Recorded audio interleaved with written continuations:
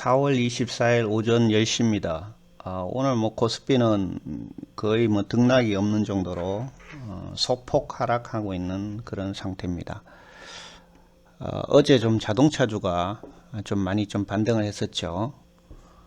그래서 오늘은 이제 그 자동차주 중에서 이제 트럼프가 중요한 발표를 하나 했는데, 그 영국이 지금 이제 관세를 10%를 물고 있는데요. 이거를 이제 2.5%로 지금 낮추려고 하는 것이죠. 그렇게 되면은 영국 자동차가 상당한 어떤 경쟁력을 이제 갖게 되는 이제 그런 상황입니다. 그래서 미국하고 영국은 진짜 영원한 우방이니까 이제 그런 거는 좀 당연하다는 생각은 드는데요. 이제 이렇게 되게 되면 우리나라 자동차 부품이 세계적으로 좀 유명하잖아요. 그 가성비가 좋고 또 품질도 괜찮고 해서, 그래서 한국의 자동차 회사 중에서 그 영국에 수출하는 그 부품사들, 그 회사들이 상당한 어떤 수혜를 볼 것이다, 이렇게 예상이 됩니다. 그리고 영국 자동차가 이제 많이 팔리겠죠. 미국 시장에서 경쟁력이 있어지니까 가격이 낮아지는 효과가 있기 때문에, 그렇게 되면 자동차 부품 수요가 늘 것이고요. 그래서 이 자동차는 결국은 부품의 싸움이거든요. 그래서 오늘은 그 우리나라 이 부품사들이 굉장히 많이 있는데, 상장사들 많이 있죠. 그 중에서 유럽에 수출하는 그 상장사, 그리고 특히 이제 영국에 수출하는 상장사하고 자동차에 이제 필수적으로 들어갈 수 있는 게 이제 타이어입니다. 타이어. 한국 타이어 회사들이 이제 3사가 대표적이죠. 한국 타이어, 금호 타이어, 넥센 타이어 있는데, 이 회사들이 이 영국에 과연 얼마만큼 수출하고 수출 비중이 높다면 이런 회사들의 앞으로 그 주가는 상당히 올라갈 것이라 이렇게 예상이 됩니다. 그래서 현재까지의 어떤 차트라든지 그런 것을 한번 살펴보도록 그렇게 하겠습니다. 그래서 먼저 우리가 영국의 자동차 산업을 어느 정도 좀 살펴볼 필요가 있어요. 그리고 영국이 생산하는 자동차 중에서 얼마가 미국으로 수출되느냐. 영국이 미국으로 수출하지 않는다면 이건 아무 의미가 없는 거죠. 우리가 영국의 자동차 회사에서 부품을 공급해봐야 그것이 미국으로 안 들어가니까 큰 의미는 없다는 거죠. 그런데 이게 생각보다가 영국이 이 수출을 많이 하고 있습니다, 미국으로. 왜냐하면 영국 차들이 좀 고급 차를 많이 만든다는 거죠. 그래서 미국 시장에서 영국 차 중에 이 고급 브랜드를 상당히 선호한다는 것입니다. 그래서 2024년 기준 영국에서 생산되는 자동차 중에 77%가 해외로 수출되는데, 이 중에 약 한 20% 정도가 미국으로 수출된다는 거죠. 그러니까 미국에 수출되는 비중이 상당히 높은 나라다, 이렇게 볼 수가 있습니다. 특히 랜드로버는 미국 최대 수출 시장의 하나로서 전체 판매량의 약 25%를 차지하고 있다는 거죠. 그러니까 19.7%가 미국으로 가는데, 그 중에서 25%가 랜드로버라는 거죠. 그 외에도 아스톤 마틴, 벤틀리, 롤스로이스, 미니 같은 이런 브랜드들이 미국 시장에서 상당한 어떤 판매량을 차지하고 있다고 볼 수 있습니다. 그럼 한국의 자동차 부품사들 중에서 영국으로 과연 수출하는 자동차 부품사들이 있느냐는 거죠. 이 자세한 통계는 지금 이제 공개되지는 않고 있지만, 뭉뚱그려 가지고 유럽으로 수출하면서 그 유럽의 수출 물량이 영국으로 들어가는 이런 방식으로 운영되고 있습니다. 조그만한 회사들은 그렇게 지금 투자 여력이 없기 때문에 아직까지 국내 자동차 부품만 공급해도 충분하니까 이제 영국이나 유럽 쪽에 눈을 못 돌리고 있는데, 특히 이제 대장주는 이제 현대모비스라고 볼 수 있습니다. 현대모비스가 영국의 부품 물류센터를 운영하고 있는데, 이것은 이제 현대기아차가 유럽에 수출을 하다 보면 부품이 필요할 수가 있거든요. AS를 주로 해야 되니까 이제 그 목적으로 이 부품센터를 가지고 있어요.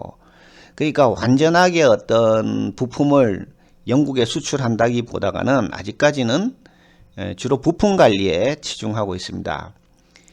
하지만 이제 전기차 배터리라든지 전기제어 유닛이라든지 전자식 파워 스티어링 시스템 등 고성능 부품은 영국 자동차 제조업체에 공급하고 있다, 이렇게 볼 수 있습니다. 두 번째로 DN 오토모티브를 들 수가 있는데요. 이것은 영국의 현지 법인을 두고 여기서 유럽 시장에 부품을 활발하게 공급하고 있습니다. 그래서 정확하게 영국에 얼마만큼 들어가는지 통계는 안 잡히지만 유럽 매출이 상당한 부분을 차지하고 있는 회사라고 볼 수 있습니다. 전체 매출의 약 한 20% 정도가 유럽에 들어가고 있고요. 그 중에서 일부가 이제 영국으로 가는 이런 방식입니다. 그래서 우리가 주목할 회사는 이 현대모비스와 DN 오토모티브가 될 수 있겠습니다. 다음으로 자동차 타이어 회사는 이제 국내에 3사가 있는데요. 한국 타이어 테크놀로지, 옛날에 한국 타이어였죠. 영국 시장에서 약 한 3.7% 점유율을 차지하고 있습니다. 이것은 미쉐린, 컨티넨탈, 피렐리, 구디어에 이어서 상위권에 속한다고 볼 수가 있는데 아직까지는 좀 미미하다, 이렇게 볼 수가 있습니다. 좀 더 활발한 쪽이 이제 금호 타이어를 들 수가 있는데요. 금호 타이어는 이제 유럽의 시장을 공략하기 위해서 영국에 현지 법인을 두고 있습니다. 현지 법인을. 그 현지 법인을 두고 있다는 얘기는 영국 시장에 상당한 어떤 비중을 둔다고 봐야 되겠습니다. 그래서 연매출이 약 한 7,800만 달러 돼 있고요. 유럽 시장 전체는 연평균 20%의 매출 성장을 기록하고 있습니다.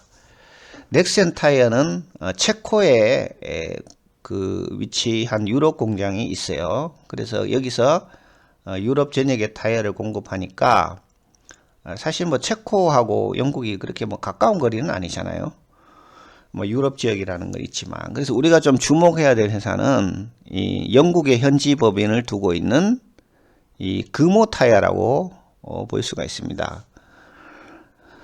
그래서 조금 핵심적으로 범위를 좁혀 본다면 DN 오토모티브하고 금호 타이어 정도가 이제 이 영국의 관세 인하에 대해서 어떤 수혜를 좀 받을 수 있는 그런 회사라고 볼 수 있습니다.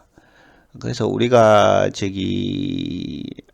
이 단 5종목에 대해서 중장기적인 어떤 일목균형표라든지 MACD라든지 이런 차트 분석을 한번 해보겠습니다.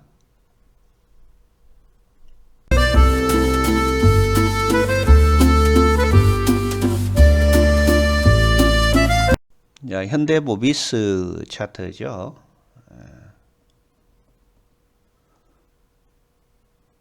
수요일 날 4.3% 상당히 많이 올랐습니다. 오늘 조금 쉬어가고 있는데요. 지금 0.2% 이게 하락 중이고, 보시면 MACD가 아직까지는 이제 영선 아래에 있으니까 완전히 추세 전환을 하기는 어렵다고 보는데, 이 스토캐스틱 스로우가 이렇게 올라가고 있습니다. 그래서 그리고 이 볼린저 밴드 검정색과 빨간색 보면 폭이 조금 좁아지려는 이런 모습을 보이고 있고요. 일목균형표 상에서도 이 구름층이 좀 얇아지고 있는 상태입니다. 그리고 아직까지 이 빨간색 선이 기준선이거든요. 근데 이 전환선이 이렇게 지금 기준선과는 많이 떨어져 있죠. 그래서 완전히 추세 전환했다고는 보기는 어려운데, 바닥은 거의 다졌다, 이런 느낌이 듭니다. 그래서 조금 이렇게 횡보를 하다가 수렴되니까 상당한 어떤 시간 조정은 필요할 거라고 보겠습니다. 그래서 단기적으로는 한 여기까지는 갈 것 같아요. 26만원 정도 선에서는 한번 매도를 해 주시기 바랍니다. 그리고 중장기적으로 보면 외국인과 기관 비중이 상당히 높기 때문에 뭐 괜찮은 주식이에요. 오래 보유해도요. 근데 상당히 이 주식이 무거운 주식입니다. 막 그렇게 많이 오르고 그렇진 않아요. 그러니까 어제 4% 오른다는 얘기는 상당히 많이 오른 거예요. 그동안의 과거의 추세로 보면요. 2024년도에 보시면 여기 있죠. 그죠? 여기 그죠? 이때가 7.8% 올랐거든요. 한번 거래량이 상당히 이렇게 동반을 하고요. 어제 4% 올라도 거래량 별로 없이 올랐잖아요. 그죠? 그러니까 이렇게 7% 오르고 거의 한 6개월 만에 이런 식으로 조금씩 반등하는 이런 종목이잖아요. 그죠? 예, 보시면 그래서 현대모비스는 이 단기 매매로 들어오면 절대 안 됩니다. 이 단기 매매로 절대 수익 낼 수 없는 종목이에요. 근데 중장기적으로 봐야 돼요. 중장기적으로. 그래서 뭐 지금 가격대는 뭐 괜찮은 가격대로 보여집니다. 보여지고 크게 뭐 손실을 보지는 않을 겁니다. 여기 보면 외국인 기관과 비중이 상당히 높거든요. 그래서 이 종목은 거의 6개월 이상 보유할 생각을 가지고 들어가야 된다. 상당히 움직임이 적은 종목으로 볼 수 있겠습니다. 두 번째 자동차 부품주 DN 오토모티브 아주 좋죠. 그죠? 완전히 이렇게 뚫고 올라가고 있습니다. 이 볼린저 밴드 폭이 지금 상당히 넓어지고 있잖아요. 넓어지고 있다는 얘기는 이 추세를 유지하려는 거죠. 그죠? 그러니까 상승 추세로 지금 올라가려고 하고 있어요. 구름대도 굉장히 얇아졌고 그래서 매물을 거의 뚫었다고 보면 되겠습니다. 이것은 4월 16일 날 13% 이렇게 상승하면서 거래량을 상당히 동반했죠. 그죠? 주봉을 한번 보시면 뭐 계속해서 몇 년간 이렇게 상승하고 있는 종목이잖아요. 그죠? 아주 좋은 종목이다. 이렇게 볼 수 있겠습니다. 차트상으로요. 그래서 사실은 이제 이렇게 현대모비스도 그렇게 될 겁니다. 이건처럼. 그러니까 현대모비스가 지금 이런 상태에 있거든요. 이런 상태에 있기 때문에 한 6개월 이상 기다리면 이렇게 올라갈 수도 있다고 봐야 되는 거죠. 이것도 역시 마찬가지잖아요. 여기서 이렇게 행보를 하면서 이 볼린저 밴드 폭이 1월 달에 이게 좁아졌어요. 좁아지다가 이렇게 한번 올라가 버리는 거죠. 그죠? 이렇게 올라가 버리는 거죠. 그죠? 근데 여기 이렇게 꺾인 거는 이것은 이 종목만 꺾인 게 아니고 트럼프 그 관세 때문에 전 종목이 그때 급락장에서 같이 급락을 한 거죠. 하지만 지금 관세가 90일 유예되면서 반등을 했는데 제일 먼저 반등하잖아요.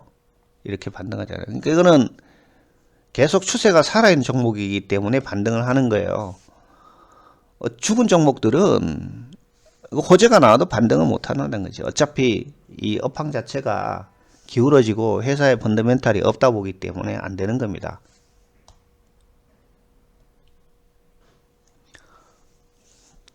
자, 그래서 단기적인 어떤 조정을 할 때는 좀 공략을 해볼 필요가 있는 종목이라는 거죠.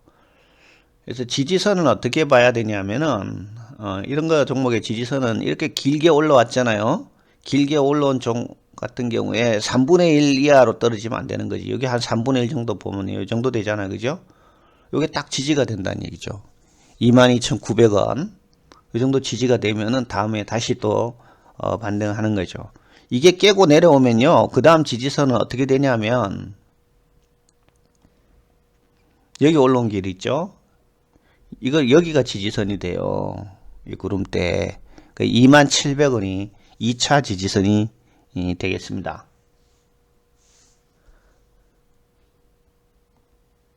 그 다음 타이어 주식 한번 보도록 하겠습니다. 한국 타이어인데요. 계속 행보하다가 이렇게 있죠. 엄청나게 행보를 했어요. 이렇게 볼린저 밴드 폭이 좁아지고 하다가 이제 조금 반등을 시도하는 그런 모습을 보이고 있습니다. MACD가 지금 영선을 이렇게 돌파하려고 하는 거죠. 그리고 이 전환선도 기준선 이렇게 돌려고 움직이는 거라 이것도 지금 추세 전환이 임박했다. 추세 전환이 임박했고 스토캐스틱 스로우가 이미 여기서 이렇게 돌기 시작했죠. 그죠? 여기 돌겠죠. 여기서 매수 사인 뜬 거잖아. 그죠? 38,000원에 그죠? 이렇게 올라가고 있습니다. 그래서 이것도 괜찮은 지금 추세를 보이고 있다 볼 수 있겠습니다. 자, 그 다음에 금호 타이어 한번 보겠습니다. 또 똑같은 모습을 보이고 있죠. 그죠? 타이어 종목들이. 이렇게 그때 관세 충격에서 이렇게 했다가 다시 이 V자 반등을 하고 있어요. 근데 아직까지 현대모비스처럼 이렇게 기준선하고 이 전환선 거리가 멀잖아요. 이 녹색 선이 이렇게 돌아야 올라가야 되거든요. 근데 아직까지 여기 매물대도 조금 두껍고요. 그래서 상당한 좀 시간 조정은 좀 있을 것 같아요. 그렇지만 뭐 바닥은 찍고 올라가고 있는 거니까 뭐 이렇게 내려오더라도 다시 한번 이렇게 올라간다 하고 이렇게 봐야 돼요. N자로 이렇게 올라가고 있다 봐야 됩니다. 마지막으로 넥센 타이어 이것도 역시 근데 이건 이제 구름대가 이렇게 두껍잖아요. 그죠? 두껍고 추세적으로